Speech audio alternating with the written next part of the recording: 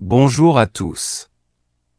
Bienvenue sur Prophétie biblique accomplie. C'est la 18e discussion de notre série intitulée « Le ciel et la terre ont déjà passé ».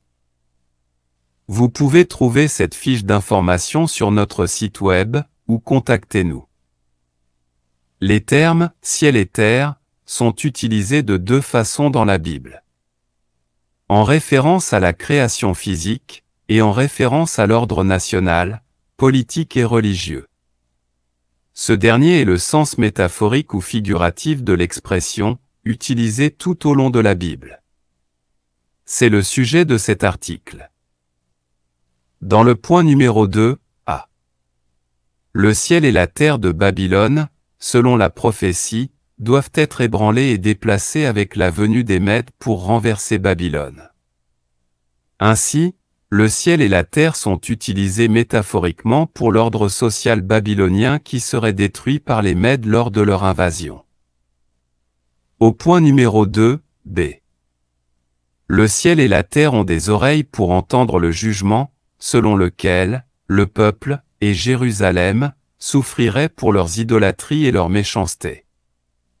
L'expression ciel et terre est une métaphore pour ce peuple. Au point 2, C. Le ciel et la terre se réjouissent et chantent. Dans ce passage, le ciel et la terre sont figuratifs pour le peuple d'Israël et parlent du bonheur d'Israël face au renversement du pouvoir répressif de Babylone.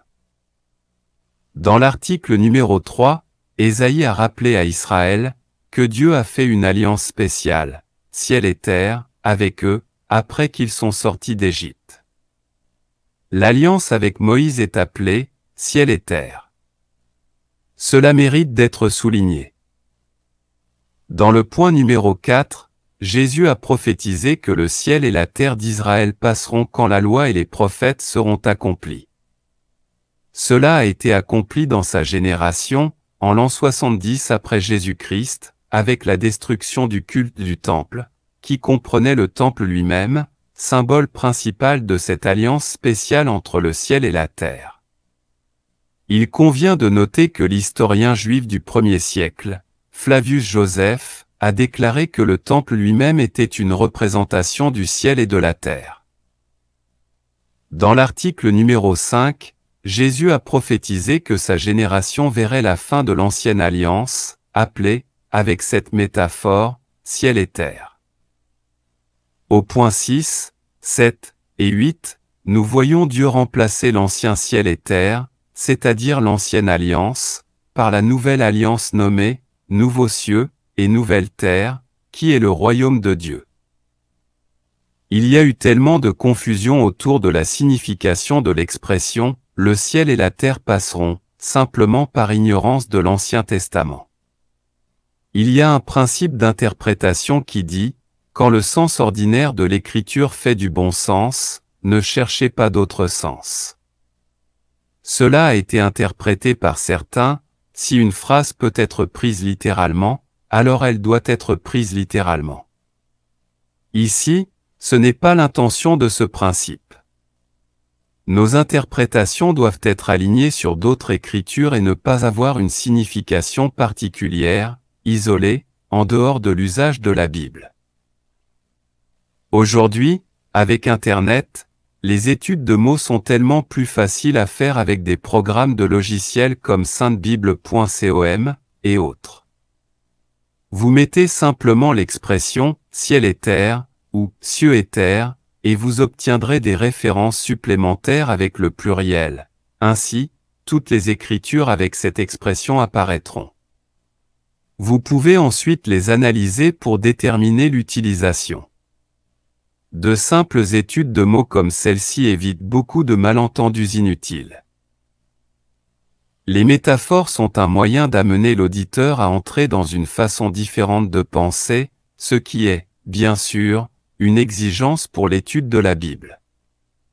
Mais nous avons entendu des gens dire, si vous prenez quelque chose symboliquement dans la Bible, c'est une pente glissante pour que la Bible signifie tout ce que vous voulez.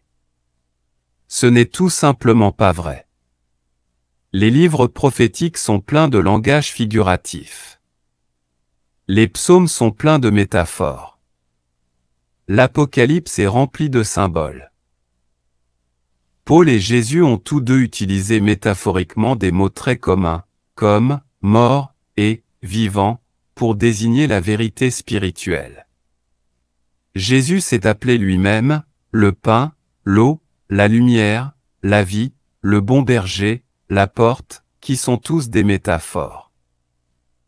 Jésus conduisait constamment ses auditeurs vers des vérités spirituelles en utilisant des métaphores, par exemple, la naissance d'en haut, et parlait de l'eau vive. Il disait aussi, « J'ai du pain que vous ne connaissez pas ». Quand nous voyons l'expression « le ciel et la terre doivent disparaître », nous devons être conscients de son usage courant dans les Écritures. Merci de vous joindre à nous et à bientôt dans la prochaine vidéo. Shalom.